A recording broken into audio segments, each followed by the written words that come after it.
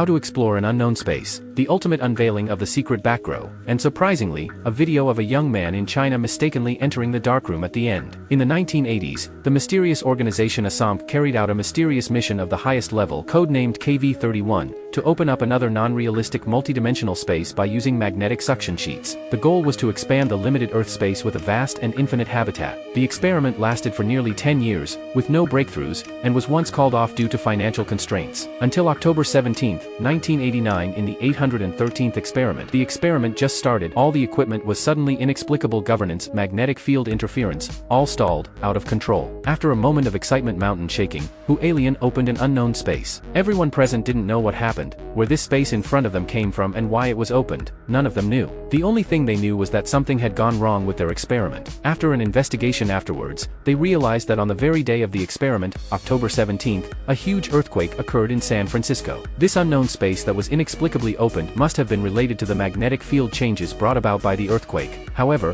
this space was not what anyone had envisioned. People did not see the envisioned curvature of space, nor did they have a free dimension where they could go up into the sky. Here, surprisingly, it resembled an artificial physical environment on Earth, more like it was formed by some real-world aberration. Estimated after sonar detection, this space is about 600 million square meters with intricate and complex constructions, crisscrossing the landscape, changing directions at irregular intervals, as well as locations that have no regularity whatsoever. There is also no sign of any other biological presence inside. The report shows that after the space was opened, the relevant personnel had teamed up to go in and test the material inside, over which there is very thin air and a lot of current generated by the magnetic field. Opening it from any position would lead to another room or corridor. At the moment, they didn't find the end of the corridor or the room, so they made it a rule that they couldn't enter alone, and that they had to wear a chemical-proof suit before entering and use a red rope to guide them to be able to return to the entrance without any problems. In this way they set up laboratories inside and also tried to build some man-made facilities, which all failed because space distortions would occur from time to time inside, and many tools and houses would be deformed by the distortions. Soon after a few years passed, no substantial progress was made in the experiment, but the discovery was a milestone for mankind to explore the unknown space. However, just a few years after this space was opened, the reality will often happen some incredible things. The most serious is from the space was opened, disappeared population every year exponentially increased. Even more horrifying, however, was the time they discovered a humanoid creature during a routine entry expedition. The monsters and unknown creatures in the darkroom,